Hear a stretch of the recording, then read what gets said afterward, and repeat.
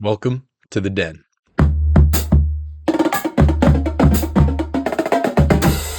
Welcome back to the Den, everybody. I am Caden Martz, and this is episode 13 of our series, and the final episode where we will be reviewing every single NFL team's game. As we roll into the playoffs, we are going to continue to look over every game, but it'll only be a few. We might start to move into college basketball, NBA. Starting next week, we'll see how stacked that is. I know there is probably a lot of games this weekend, so we'll see how that goes. But for right now, we have to cover every single game of Week 18. So why don't we get into it, starting with a game I actually attended on Saturday at 4:30 this weekend. My Carolina Panthers went into Tampa Bay and lost 14-16 to the Bucks. First of all, shout out the Buccaneers Stadium. It was pretty solid. We were at the top seat. Like, there was not a higher nosebleed you could possibly go to than the one we were at. Um, Pouring rain the entire time. You know, freezing cold, but thugged it out, made it through the whole thing. Just to watch my Panthers lose, kind of rough, you know. And I was watching this whole game, and this was one of the least inspired performances I've seen from this squad, especially watching it in person. Bryce Young ended his stat line 24 of 35, 266 yards, 2 touchdowns, and a pick. I thought those numbers don't sound terrible. They really only picked up kind of in the end of the game. Um, but throughout the whole thing, like, the Panthers' offense was just not working as good as you need. The Bucks only put up 16 points, but their stats from this one were just not. And watching their offense, nothing impressive. Baker 16 to 22, 203 yards, a touchdown, and a pick. And Bucky Irving 26 carries, not even 100 yards, 85 yards. I have been pushing this agenda kind of against Bucky Irving, and I have nothing against the dude. I just think he's one of the most overrated backs in the league. And you saw in this one, the Panthers defense, pretty pitiful. Panthers linebackers got absolutely destroyed by K-Dot, and K-Dot in 7 catches, 94 yards. And Bucky Irving couldn't break off one run over 10 yards against this defense. But, combined with the poor defense and some sketchy calls, there really were some iffy decisions. K-Dot had like a defensive pass interference called where he just tripped. And then, like, Rico Dowdle tried to pitch the ball back on a terrible flea flicker. And again, they called him down, but they gave him the fumble anyways. And then I would love to sit here and say, oh, well, the refs ruined this one. We would have had this game if it wasn't for the refs. But the Panthers just didn't play good. That's what it comes down to. Sure, the Bucks couldn't run the ball efficiently. For the Panthers, Chuba Hubbard, 5 carries, 10 yards. Rico Dowdle, 7 carries, 10 yards as well. Bryce Young had -1 rushing yards. This was a game where you, as a fan, you want to see your team fight as hard as possible for that guaranteed playoff spot. Yes, the Panthers still ended up with it, thanks to the Falcons, and we'll get to that later. But this was just such an uninspired performance from the team. And what I wanted, what I hoped for this team is that we came out in this one, got a huge win, stepped up out of the kids' table. We're into the big boy leagues. We're a playoff team, and we deserve it. But I didn't see that at all. And if we get another performance like this at home versus the Rams in a spot we've already won, how am I going to believe that this team is going to do that again? I mean, we had the game where everything went right. Stafford threw the 2 picks. Offense was booming on all levels. We had breakaway plays. If we don't get that, we need to play even better than we did. And we've been playing at a much lower level, especially in the run game. I just can't see that team, this version of the Panthers, beating the Rams in the playoffs this Saturday. Ted McMillan was pretty good later in the game. He had an offensive pass interference that I disagreed with, as a call, but I could see where it was just push off the line. Which, yeah, they're given 1 yard of separation, and they didn't really respect that. But again, I would love to say it's all the refs' faults, but there were plenty of opportunities the Tampa Bay defense gave the Panthers in this game to win it, and they just didn't really capitalize on any of them. They only started playing good in like the fourth quarter when it felt like the game was over. and it's just not enough. Ryan Fitzgerald also missed a kick in this one, which would have been, I think it might have been blocked actually, but that, I mean, we would have won 17-16 if he had that one made. So it is a win, or it's not a win. It's a loss um, for the Bucks. Unfortunately, if you're a Bucks fan, this win doesn't mean much.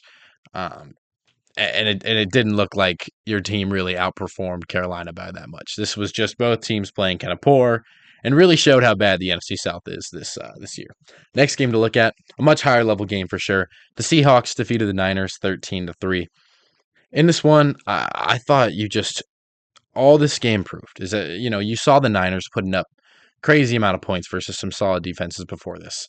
They come into this one at home, and you can only get 3 versus that Seattle defense. I mean, I would not confidently say there's a single defense in the league better than Seattle's this year, and I think that's backed up. I mean, it's so impressive.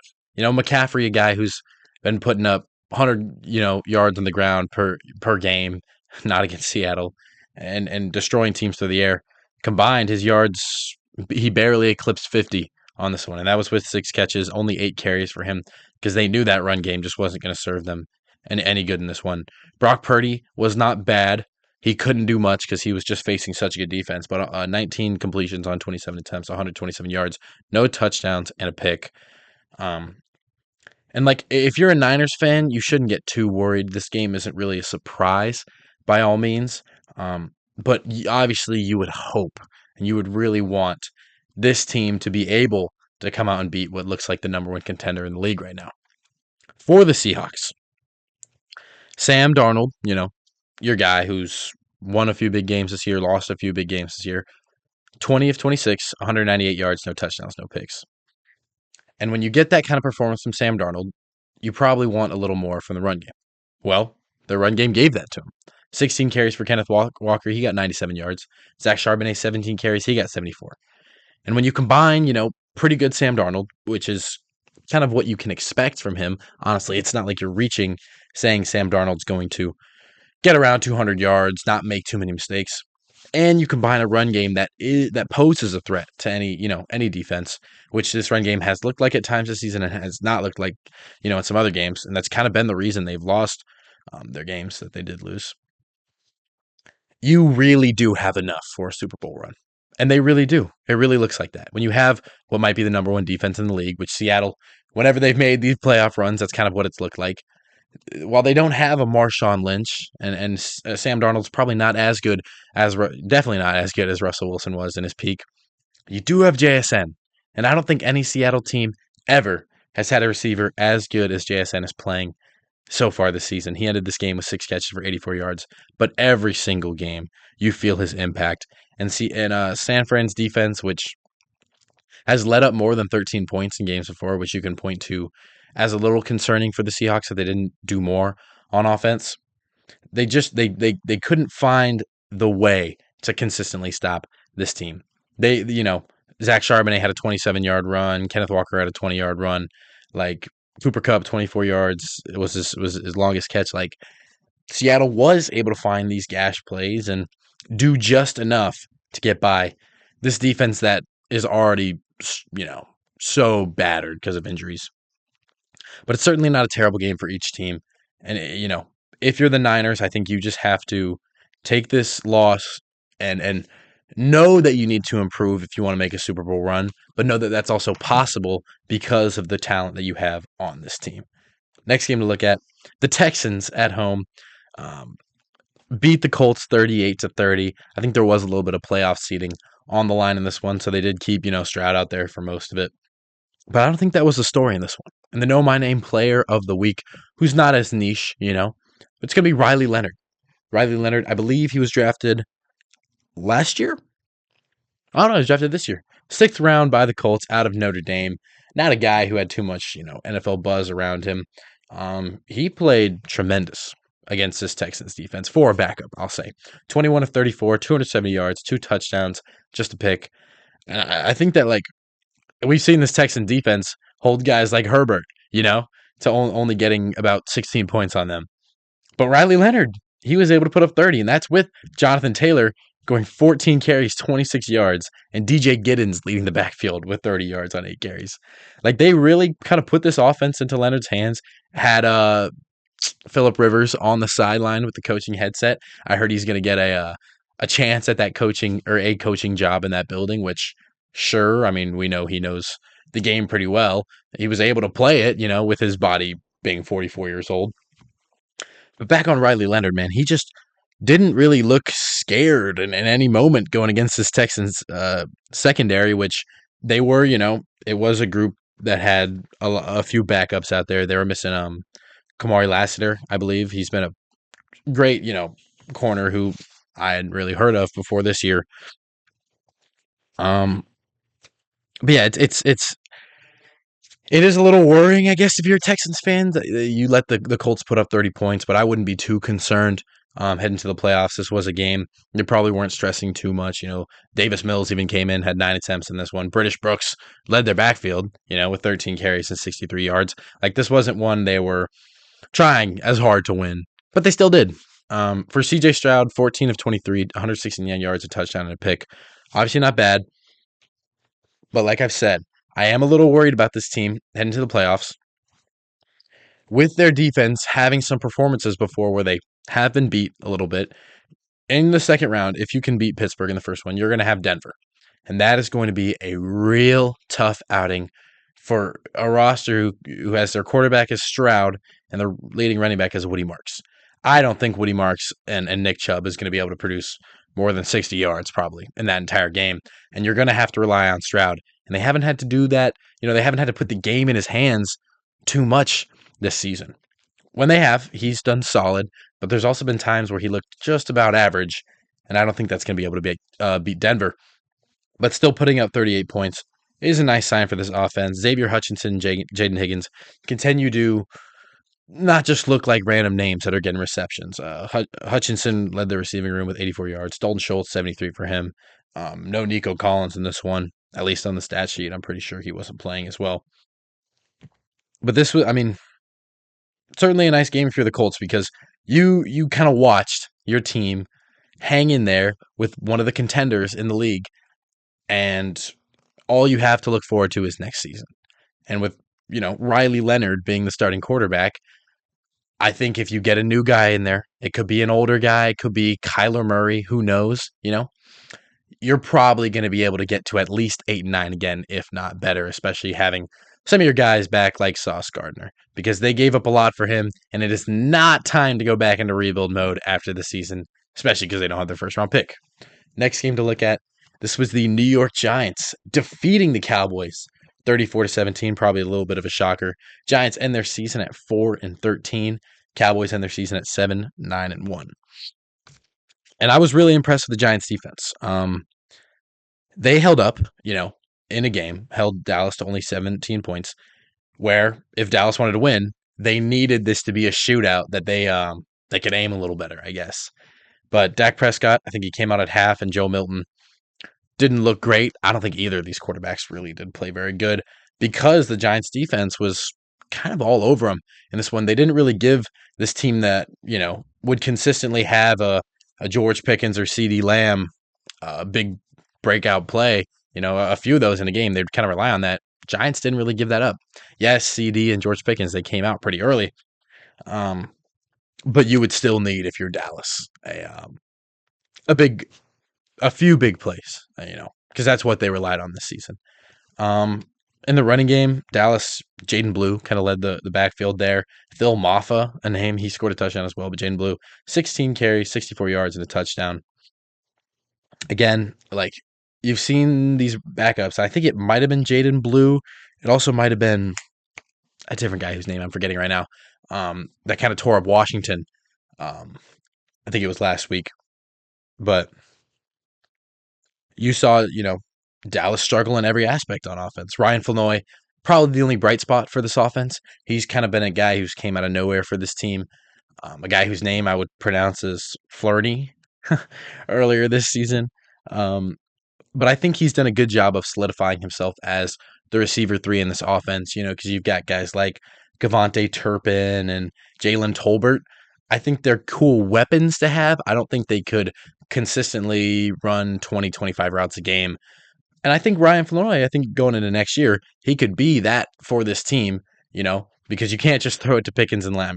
You kind of can, but you can't just throw it to them every single play. For the Giants, I've been saying, the season's been over since probably week 10, and they lost a lot of close games, but you had a lot of things to hold on to. And as the year went on, unfortunately, they didn't see the wins come back on the board for them. But I still think you're seeing a lot of flashes from this team. Like Jackson Dart, 22 of 32, 230 yards, 2 touchdowns, no picks. Yes, this Dallas secondary is barbecue. It was rough in this one. They let Gunnar Olszewski have 8 catches, 102 yards. Tyrone Tracy out of the backfield had 8 catches, 56 yards. Daniel Bellinger, 38 yards. But he still did his job very well. And Jackson Dart, if you can keep this kid healthy, in a league where there's so many, heading to this draft where so many teams probably want to draft a quarterback, but they just can't because this class isn't that good, you have a guy who could be the guy for your team. And I think they really, really need to protect Jackson Dart. I mean, that's been their main issue, is just not keeping him safe. And if they can get him to slide more, not run as much, be a little more confident in his pocket passing ability, he really could turn into, top half quarterback in the league, like a guy who teams do have to game plan for, especially with the threat of his legs. For Tyrone Tracy, the running back, he had 18 carries, 103 yards. I've been pretty high on him this season. And I think that if you can put Scadaboo back in the team, and yes, he got hurt on a passing play, but I think a big reason why he did get hurt was overuse. They saw that they had a guy that the public liked and gave Scadaboo 18, 20 carries a game. Clearly, it's too much for a guy who runs as hard as he does. So when you get Scadaboo back, you can, give Scadaboo maybe a bulk of the carries and have Devin Singletary and Tyrone Tracy be real, contributors to this offense. I think that can be a very nice unit, especially if they get their offensive line a little more ironed out. We know Andrew Thomas is great, but this offensive line for probably 10 years has been scrapbooked, essentially, taking guys from around free agency, giving them too much money. I don't know if you guys remember the Nate Soldier signing, when he was in New England. They signed him in free agency, gave him way too much money. But if you can lock that up, you might see this Giants team become, a respected unit, because we've seen them have talent like this before. We've seen them with Odell when he got there, and Saquon. They've had guys like this, and you really hope, if you're a Giants fan, that they can make better decisions and keep these guys and turn them into the best versions of themselves. Next one to look at, and the game that held the sack record being broken by Myles Garrett. The Browns defeated the Bengals 20-18 on that play. Myles Garrett, who ended up with 23 sacks on the season, breaking the record by 0.5. They were double teaming him a lot in this one, really trying to hold him off, and eventually he did get there in the third quarter. But the Browns got another win. And another team like the Giants, that I think their season's been over for a minute, but they're, you've seen some flashes from, okay, I guess they don't have as much talent as the Giants, but their defense, being one of the best in the league, is undeniable at this point. Joe Burrow, 29 of 39, 236 yards, 3 touchdowns and a pick. Chase Brown, 72 yards on the ground. P. Ryan, 42. And it's not like the Bengals couldn't move the ball against them, but they couldn't really finish. I mean, Burrow's pick was a great defensive play. There was a fumble forced in this one that they returned for a touchdown as well. Their defense outscored their offense in this one and was the main reason they won this game. So when you have a defense that's sound and you have a coaching staff, I'm honestly not sure if Stefanski's still there. I kind of got lost in how many coaches got fired this weekend. When you have a defense that can, is young and will only get better for the future, if you can draft some receivers, which is the thing they need to do most, put some trust in Shador. Also, I think if you could sign a vet, because you can't have Watson playing out there, to give him some competition and elevate his play, hopefully. Dylan Sampson, Quinshon Judkins, when he comes back, that's probably a capable running back room. You've got Wyatt Teller on the offensive line. I think they might have a few other guys on there that will make it capable. It's still not one of the better ones in the league, but it's not one of the worst. And so there is signs you can see in this Browns team that got them the 5 wins that they did get out of their 17 games. For the Bengals, this season was a write-off after Burrow got hurt. And they tried to deny that a little bit with the Joe Flacco trade. And it looked bright for a second, but you knew this was going to happen after they lost like 1 or 2 with Flacco. And you saw Burrow come back. He didn't look too different. He still looked like one of the top quarterbacks in the league. So I think you take this loss, you move into next, you kind of ignore it a little bit, move into next season. I think they do have a lot of cap room, and you just can't waste another Burrow season. Obviously, if he gets hurt, which that would not be out of the realm of possibility, he's been getting hurt like crazy this season or these last few years. But if you get a healthy version of him, you know, if that comes, you have to be prepared with the right roster around him to give this team a chance to compete for a Super Bowl, which we've seen them do before. They literally made it in 2023 or 2022, where they barely lost. Next game to look at in a game I am proud to announce the score of. The Atlanta Falcons beat the Saints 19-17 in a game to get my Carolina Panthers to the playoffs, which they're probably going to lose in. But the Falcons won. And I think it's interesting watching this team recently. Later in the season, or probably halfway through the season, you looked at this team with no direction, no future, and they just fired Raheem Morris. I think that's a good move. I think you're pretty limited with Raheem Morris at the helm. I don't think he was like the worst coach in the league by any means. I think he could go to another franchise and become a coordinator or something, but you kind of saw Kirk start playing better and their weapons start playing better, but especially their defense start looking dangerous. They probably weren't the most, ironed out, sharpest unit in the league that wouldn't let you get, a single first down in the first half or something like that. But a guy in Xavier Watts, a rookie this year, whose name was not, too known coming out of the draft. He has been a turnover machine for them. You've got guys like D. Alford, James Pierce, Jalen Walker, some of these younger guys that have just been improving, and you've seen them become better as the season's gone on. I think actually Jalen Walker got outran by Tyler Shuck to the end zone of this one, but that's all right. And you've got spots, obviously, you need to improve, but this D-line last year was looked at as embarrassing, like real top or bottom 5 bad in the league, and the improvements they made in the draft have shown real effect, So if you go into the draft, no first-round pick is rough, but if you go into the draft again this year, maybe do some more good stuff in the later rounds, like you did with Xavier Watts, and you keep forming this unit and maybe that offensive line. There's a real chance Michael Penix comes into this team and operates it at a 2022 Brock Purdy kind of level, where you've got so much talent. Bijan Robinson is just so good. This game he was held really well, but I do credit the Saints front seven, which I'm a big fan of, actually. He only had 33 yards in this one. Algier only had 16. But they were able to beat him in the passing game. This is probably the first game I've seen Drake London. I don't know if he was just out, but him make some crazy catches. He ended with 78 yards, the leading receiver. Kyle Pitts completely turned his career trajectory around in the second half of this season. 6 catches, 58 yards for him. And I really do think if you get the Atlanta offense with a good QB, even serviceable, you'll get one of the better, units in the league that's going to pose a lot of threat to a lot of other teams next year. For the Saints, Tyler Shuck ended his stat line with 23 of 35, 259 yards, a touchdown, and a pick. And even though I don't even think he started the entire second half of the season, he was right up there with Ted McMillan, my guy, for Rookie of the Year.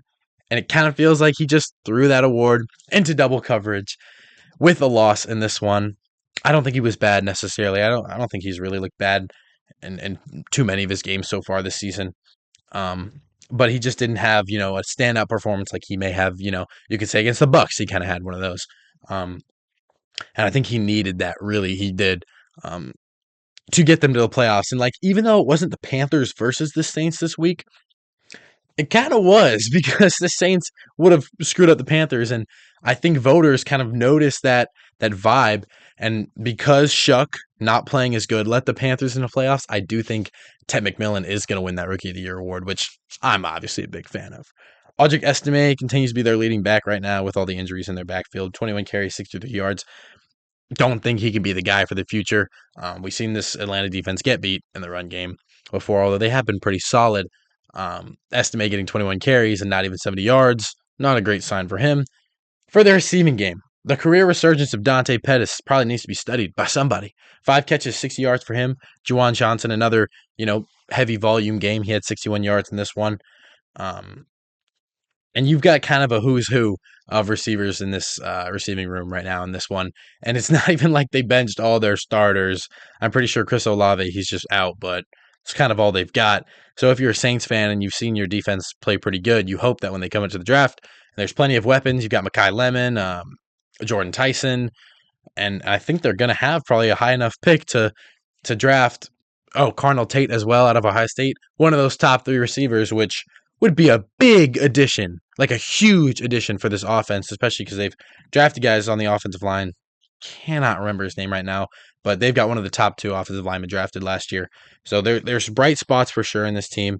And if Shuck can look even better next year, who's to say the Saints or the Falcons can't win the NFC South? I'm not going to say that because the NFC South is pretty buns. Next game to look at, this is going to be my Game of Thrones game of the week. This game was very boring to watch. The Minnesota Vikings defeated the Packers 16-3. And what a slide the Packers have taken. Everybody knew losing Micah Parsons is going to be very bad for this team. I think the game right after, it might have been the Bears game, it actually didn't look that bad. But over these recent weeks, and yes, they Clayton Tune back there. Chris Brooks led their backfield in running. Jacoby Keeney James had 15 yards in the receiving game. He was their highest, leading receiver in this one. But I'm not just going to say that this wasn't their whole roster playing, and that's why they lost. I think this is kind of a reflection of how the Packers actually look right now. And if you want to talk worst teams going into the playoffs of how they've been playing, yeah, I'm fine with the Panthers being last. But if you want to throw the Packers second to last in that list, I wouldn't blame you at all. And I've said it kind of all this entire year. Packers are not as, unbeatable as people would look at them on paper as. And yes, losing Parsons is a big deal. That's true. You cannot deny that. But your defense just got shredded by J.J. McCarthy, first of all, which I thought he had one good game. He had 2 good games. If he can keep this up through the end of the season, you're looking at a guy who can maybe be confident for next year. And I think he's done that. 14 of 23, 182 yards, no touchdowns, no picks. And Max Brosmer, 7 of 8, 57 yards. Shout out Max Brosmer. This was probably the best Max Brosmer game I've seen, which bar is very low for that. But, J.J. McCarthy, you're going to roll into next season with the Vikings, and I don't even think you need a veteran quarterback. I don't think it's going to be Peaches and Creamville, starting next year. I think he'll probably have another 3 interception performance where everyone's talking is JJ the guy. But we saw him go through a really rough stretch this year, get back on his feet, and look like a competent starter. Running-wise, Jordan Mason, a guy who I think can work really well with Aaron Jones. I'm actually not sure if Aaron Jones is on contract next season.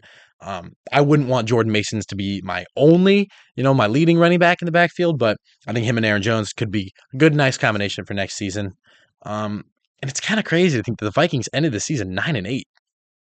This team was lost, no direction for them, but they were able to bite back, and Kevin O'Connell certainly saved his job.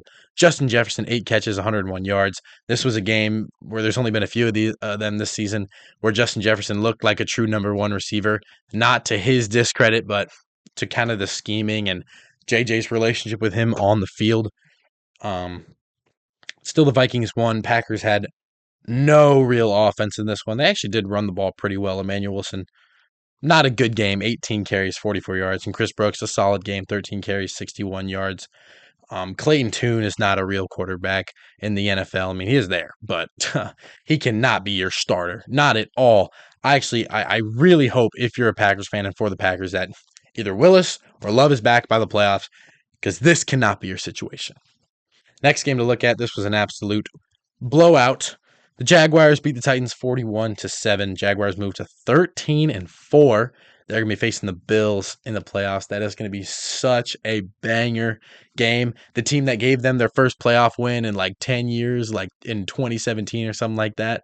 The Bills and the Titans moved to 3-14. I think they're going to have the third pick in the draft, somewhere around there. My biggest point in this one I want to bring up, because obviously the game doesn't mean much. I think that Cam Little might be the greatest kicking talent we've ever seen enter the league. And he's just a rookie, so I don't want to call him the greatest kicker yet. But this guy made a 70-yarder in the preseason when nobody knew who he was. And he's kept doing these crazy kicks. We talked about Brandon Aubrey, but Brandon Aubrey kind of had a few stinker games this year. Cam Little, 30 of 34 in his kicks, and he just nailed a 67-yarder in this one. And this is the kicker era. This is the time when kickers have looked better than ever. And I think that Cam Little has been sort of a pioneer for this time for sure in the league. But for the rest of the Jags, they were so sharp against this Titans team. Trevor Lawrence, 22 of 30, 255 yards, 3 touchdowns, no picks, continues to look like a guy who could lead a Super Bowl run. As I discredited him many times earlier in this season, he is proving the haters and me wrong for sure. The running game continues to look a little lackluster, and throughout the weeks, it's kind of been the norm, or these latter half of the season weeks. That's kind of been what they're used to, but they have had performances where they've elevated that, and I think that if you can get that into playoffs, that's going to be that combined with Trevor Lawrence playing like he has been, a perfect recipe for success. Parker Washington led their receiving room with 5 catches, 87 yards. And I haven't seen too much Parker Washington. Like, it has only been maybe half the year he's been their guy, kind of, in the receiving room. But I can call him a top 10 yards after catch guy. And it's not even like he's this elusive Kadarius Toney type. It's kind of like how Travis Kelce gets yards after catch. Parker Washington just does it at a much higher clip right now than the current Travis Kelce. For the Titans, they had Brandon Allen come in after Ward threw 3 passes. Brandon Allen is not a name I knew, and he is not our Know My Name player of the week for a reason. 17 of 30, only 72 yards and 30 passing attempts and a pick, and it's certainly a hard outing versus this Jags top 7-ish defense. Tony Pollard, 48 yards. I cannot believe Tony Pollard has 100 or 1,000 rushing yards this season. That doesn't add up at all. I've covered all these games, and I've seen him put up freaking 20 yards in like half of them, but he did have a few good performances to end this season. Alec Iomanner, Chimere Dike, the normal names you're seeing leading this Titans receiving room. You can just hope that the Titans draft some weapons for Cam Ward and some offensive line, because these guys cannot be all you have going into next season. Next game to look at, the Rams won a pretty close one, throughout the game until maybe when there was 10 minutes left. 37-20 over the Cardinals. Cardinals, probably one of the better 3-14 teams I've seen in my lifetime, for sure. Jacoby Brissett, 22 of 31, 243 yards, 2 touchdowns, and 1 pick.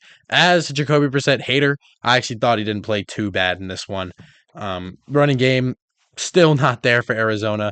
Amari DeMarcado, 29 yards, Jacoby Brissett, 19. I mean, their leading back in carries was Michael Carter, who had 7 for 18. In the receiving game though, Michael Carter, 5 catches, 99 yards. He actually he had a jump ball. I'm not sure which DB this was, but somebody ripped the ball from out of his hands, which may be showing a little bit of that young guy, energy, because Michael Wilson is still a upcoming, prospect for sure. Trey McBride, 7 catches, 65 yards, just doing Trey McBride things. And throughout the first 3 quarters of this game, LA's defense was just not playing scary at all for this, and not posing any, not giving the Cardinals offense any real difficulties to march down the field. Arizona didn't score too many touchdowns in this one, but they certainly weren't stuffed by any means, maybe until right up at the end of the game. But for the Rams, like Matthew Stafford, 25 completions, 40 attempts, 259 yards, 4 touchdowns, no pick. And that stat line sounds really good, but I honestly don't think it was enough to give him the MVP.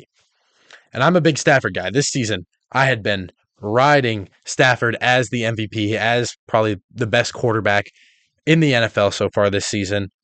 But I really think, after that prime time Atlanta game, you can't have that performance and barely beat, only get a lead on the Cardinals, or get a lead back on the Cardinals with 2 minutes or 10 minutes left in the game, and expect me to vote for you when there's a guy on the Patriots out there playing at the level he is. And it's nothing against what he's done. This is a 38-year-old quarterback who was injured going into this season, who no one really had these expectations for. And I think if you're Stafford's, family or the team, you're ecstatic with how he's played. I just don't think you can give the MVP at this exact moment. In the running game, Kyron Williams had 60 yards, Blake Corum had 59.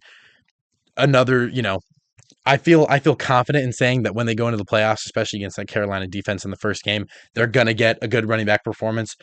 And you'll probably need that if you want a Super Bowl run. You'll probably need some consistency from those two. And again, it's great to have two running backs that if one does bad, you can have the other to step up, which we've seen. We've seen some, games where Blake Corum had over 100 yards and Kyron was sitting at around 50. In this game, they did do enough to win, but it was certainly scary. Tyler Higbee, 91 yards for the old tight end. Puka Nacua actually has our play of the week. I think this was a 2-point conversion. One-hand Moss, Puka's dominance this season cannot be understated. I probably wouldn't pick him as my guy for Offensive Player of the Year. That'll go to JSN.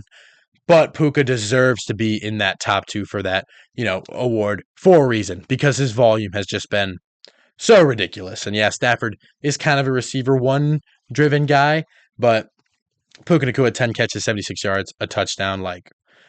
I think it was actually a fourth down. Yeah, it was a fourth down, and he made a one-handed, super tightly covered catch. That's clutchness. That's Puka Nacua, and he's certainly going to put up numbers in the playoffs. But yeah, for this defense, I've just not seen enough of them throughout this entire season where I could say, you can have some bad offensive performances and still be okay. I don't think the Rams deserve that credit. And they're going to have the Seahawks if they beat the Panthers after, in round 2, they're going to have the Seahawks. And you're going to need to be firing on all cylinders, or you're going to need to spook Sam Darnold with some ghosts or something like that. Next game to look at, this was the Denver Broncos blowing out the Chargers 19-3. If you see this matchup in the playoffs at some point this year, this is not a reflection of how this will go. Trey Lance was the starting quarterback for the Chargers, and the Chargers are entirely run off Justin Herbert. We can, however, analyze somewhat how the Chargers defense, I guess it's their backups, played against Denver. Bo Nix, 14 of 23, 141 yards. He also had 49 on the ground. Jaleel McLaughlin had 41 on the ground on 6 carries. RJ Harvey, not even 2 yards per carry.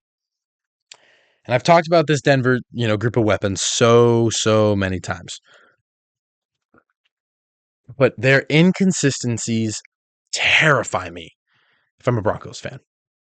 You're going to have either Pittsburgh, who just beat the Ravens, or Houston, who's looked like one of the best teams in football this entire season after round 1, because they got the bye, right?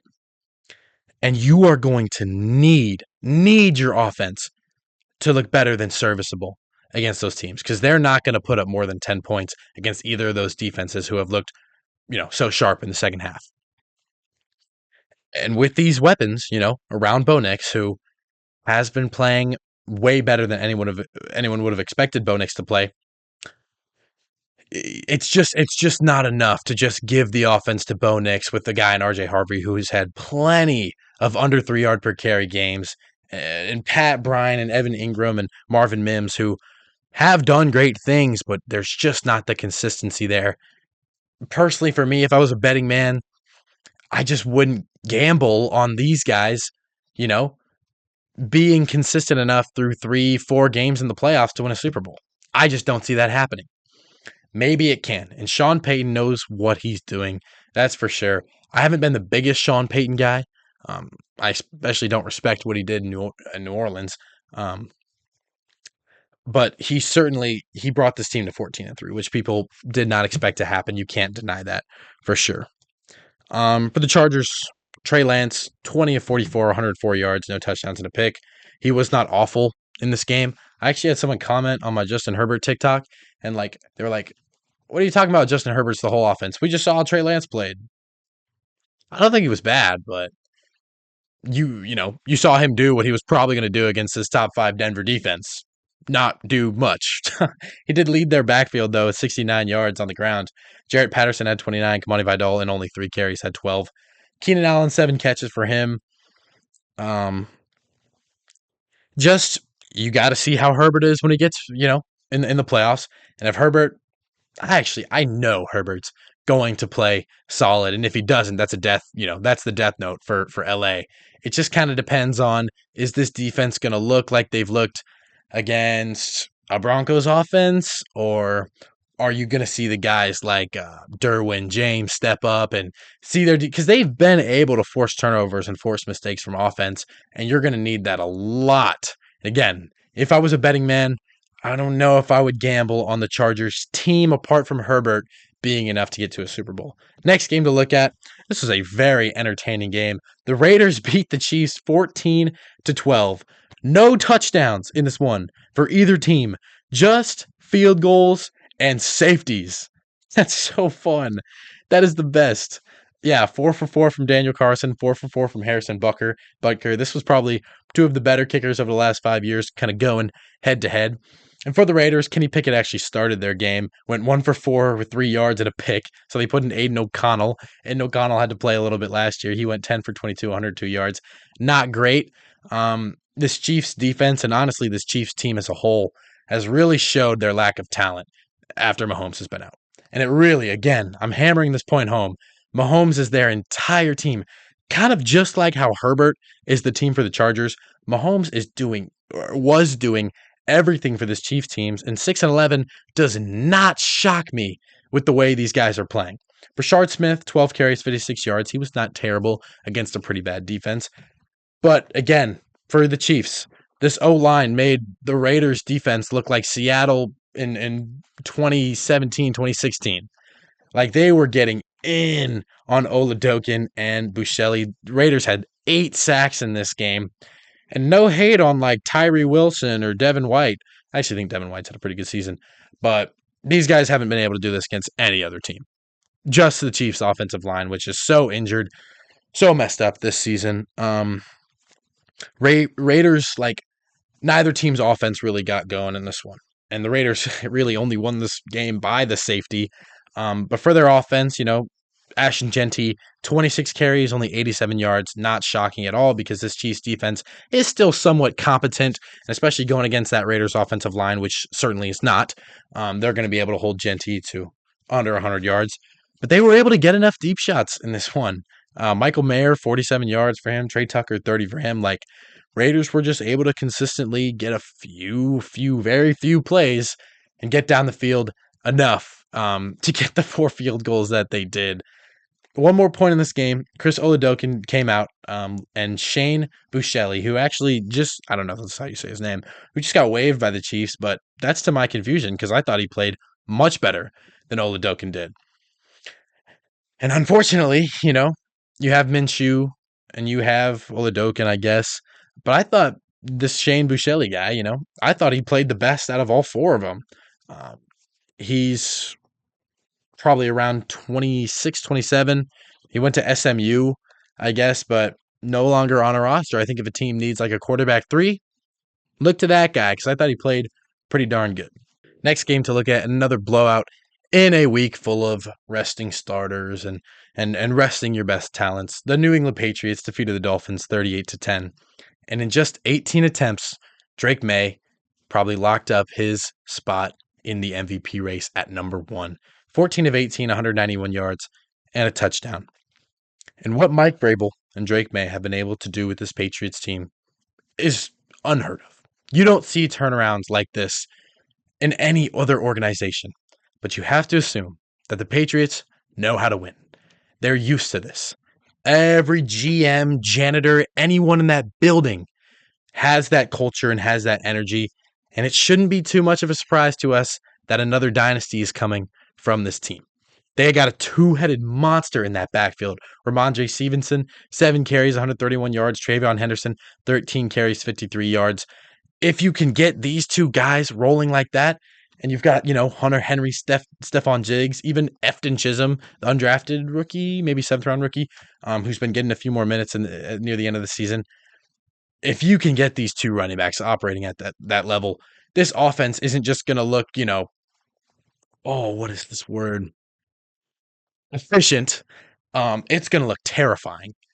Like this Patriots team has looked like the safest bet if you want to pick a winner, just a winner. And again, in that building, they certainly know how to do that. I thought Quinn Ewers looked fine versus a good defense, 16 of 23, 137 yards, a touchdown, and a pick. He did get sacked 4 times. But because you've got Quinn Ewers playing pretty good, I think, and this is opinion I didn't have even last week, you sign a veteran, a Jameis, Russell Wilson type, and you stick with Quinn Ewers and that guy. And I don't think you start Quinn. I think you start the older guy. And because you've got Devon Achane, Jalen Waddle, maybe Tyreek Hill even coming back next season. They've liked Jalen Wright and Ollie Gordon out of the backfield so as well. You can get a team that has a capable offensive line rooted in the run game, who has a quarterback who can operate and just place the ball well enough to your good receiving threats in Waddle and Tyreek Hill. And I think that is a formula for a winning football team. They ended the season 7-10, and Tua just brought them down so much that they weren't able to defeat that, especially losing Hill. But when you've got Quinn Ewers being able to produce, sort of, with Theo Weiss, Greg Dulcich, Taj Washington, I don't think anything's really stopping him from being competent next season with Waddle and with Tyreek Hill. They still did only put up 10 points in this game, though. The Patriots did blow them out as they roll into the playoffs. I would probably be picking them against the Chargers in round 1. Next game to look at, the Commanders actually defeated the Eagles 24-17 and moved to 5-12. Eagles dropped to 11-6. And for the Eagles, if they would have won this game, they would not have had to play the 49ers. I think they would have, I'm not sure, in all honesty. It might be the Packers. It would be the Packers. And in my opinion, the Packers are a heck of a lot easier draw, especially for this offense in the Eagles, which we've seen not produce like they should be with the talent against plenty of teams. You're going to have the Niners now, who, yes, their defense has been streaky, but it's certainly more of a threat than what the Packers defense is now. And so was, this decision to put Tanner McKee and Tank Bigsby out there the entire game the right one, just to not risk an injury and lose a game to the Commanders, who you already almost lost to last time, to get a harder draw? I honestly don't think that's worth it. And again, this might just be they look at the Packers as more of a threat, but I really, really would respect the 49ers because, well, the 49ers got held to 3 points on offense versus the Seahawks defense. This Eagles defense is good, but it's not the Seahawks defense so far this season. And Christian McCaffrey is going to be a whole of a heck, a lot harder to game plan against than Emmanuel Wilson of the Packers. But for this game, Tanner McKee, 21 of 40, 241 yards, a touchdown and a pick. And Josh Johnson, 14 of 22, 131 yards, a touchdown and a pick.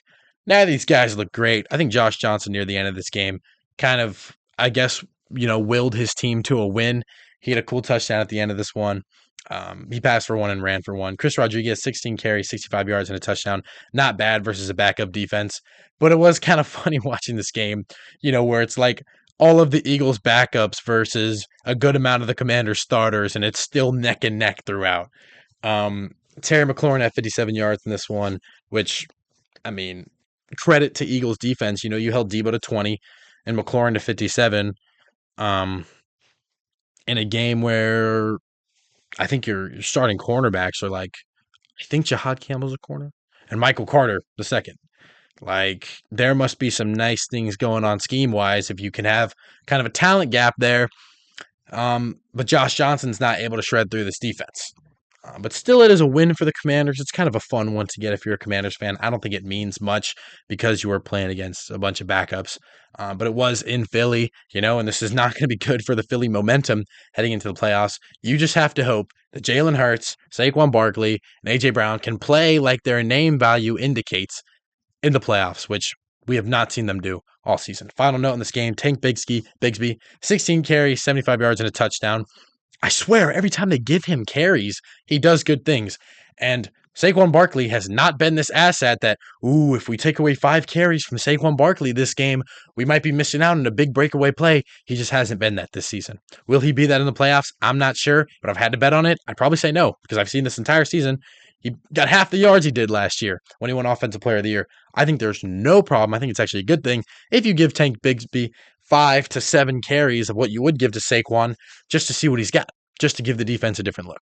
Next game we're going to look at, this was the Lions moving to 9-8 versus the Chicago Bears. Shout out the NFC North for not having a single team with a losing record. That does mean they are competitive. 2 of them were 9-8, but still a lot of good teams in that division. And the Lions in this game kind of dominated the Bears.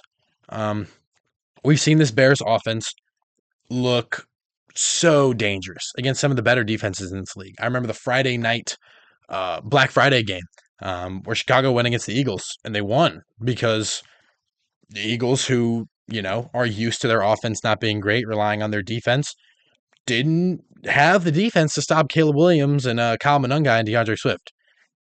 But for the Lions, they did have that defense in this one. And I think I've been a little higher on the Lions defense than the average Joe. And they played solid against an offensive unit that's kind of been, the staple of the team.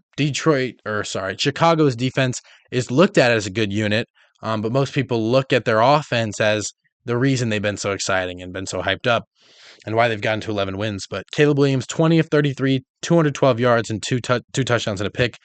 They just couldn't move the ball early in this game, and they didn't look like the team they used to because DeAndre Swift had 40 yards and Kyle Monunga had 14. And we saw it last week, and I said, after they went with their passing game as their main weapon, I said, this just showed us that the Bears' passing offense is enough for them to beat a high-quality team. Well, we just saw that the Bears' passing offense can also be not quite enough to beat a high-quality team. So it's nice to have that as a possibility, but now you're going to have to figure out something where that run game is your staple and is the reason you're winning these games. For the Lions, Jared Goff ended the season so well. 27 of 42, 331 yards, a touchdown, and a pick that wasn't his fault. Jahmyr Gibbs got it going, I guess, a little bit.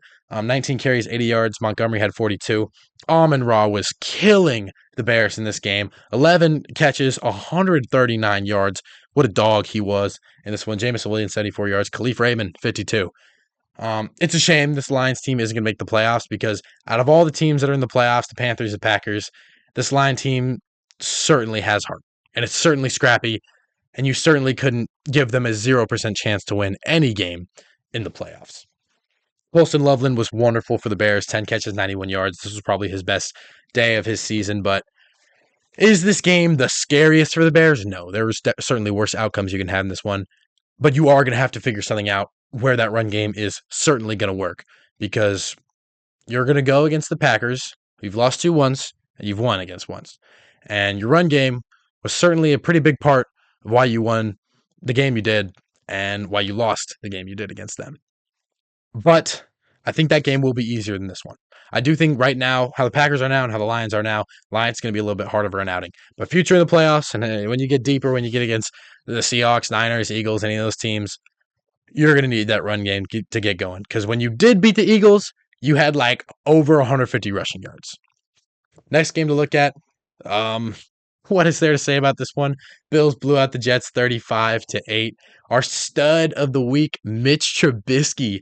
22 completions, 29 attempts, 259 yards, and 4 touchdowns. Shout out money Mitch Trubisky, man. Coming from the Bears, moving to the Bills. He's kind of created a new identity for himself as the Bills backup and the guy behind Josh Allen. Another absolute stud in this game, Ray Davis. Talked about him a little bit as a nice gadget weapon. When he was the leading guy in the backfield, 21 carries, 151 yards. Now, these performances are nice. It's against the Jets defense. Probably the least talented defense in the NFL right now. Um, but again, another game where it's hilarious to watch a team full of backups compete, and in this case, destroy the Jets' maybe half starting unit. Brady Cook, 11 of 22 for the Jets, 60 yards, a touchdown, no picks. He doesn't have much to work with, and he's not doing much with what he's got. Their running game was atrocious in this game for sure. Khalil Herbert led the backfield with 42 yards. Keeney and Wongwu, 7 carries, 18 yards through the passing game. They're going to need more talent. Isaiah Williams, John Mechie, Quentin Skinner cannot be your guys going into next year unless they have insane jumps in talent or in production. As much as of a John Mechie fan I am, that just can't be all you have. Just almost ready to move on to this game. But yeah, Trubisky executes his easy job perfectly. Ray Davis, I don't know if you guys remember, Naheem Hines, I think that was his name, when he was with the Bills after his Colts stint.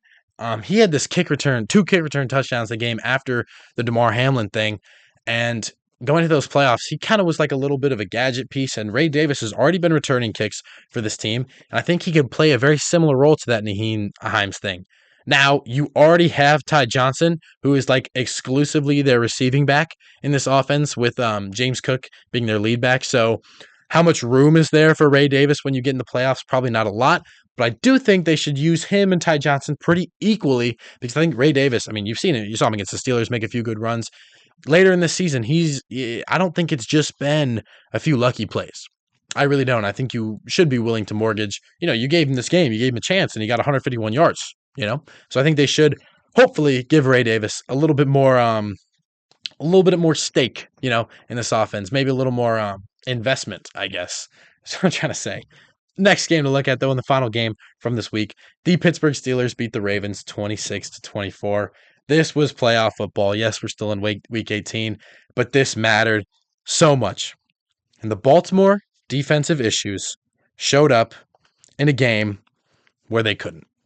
You couldn't afford to have this Baltimore defense look like the worst version of themselves, which they've showed you plenty of this season, but they've also showed you some bright signs. And this is the Pittsburgh Steelers offense who has been relatively shut down in other games. And you could not have another game where the Ravens defense wasn't enough, and they didn't do that. Aaron Rodgers, 31 of 47, 294 yards, a touchdown and no picks. He just capitalized on every single time. There was a play, Chidobe Awuzie got absolutely cooked by Calvin Austin, and he scored a touchdown on that play. Kenneth Gainwell, 8 catches, 64 yards. You knew they were going to go to Gainwell. You knew it. Everybody knew it. Gainwell has been their guy in the receiving game. Still couldn't stop it. Jaylen Warren, even getting 66 yards on the ground, is plentiful. When Rodgers almost has 30 yards through the air, you at least need to shut down the run game, and they still weren't able to do that. They were able to get some pressure on Rodgers, but not nearly enough because Rodgers clearly knows how to deal with that. So a great game from the Steelers. Defense-wise for them and offense-wise for the Ravens. The Ravens certainly posed a threat. Lamar, 11 of 18, 238 yards, 3 touchdowns and a pick. There were 2 passes in this one where the Steelers defense kind of just let Zay Flowers score a touchdown for free. Derrick Henry even 20 carries, 126 yards on the ground. And like I said, Zay Flowers, he ended the game with 138 yards and 2 touchdowns.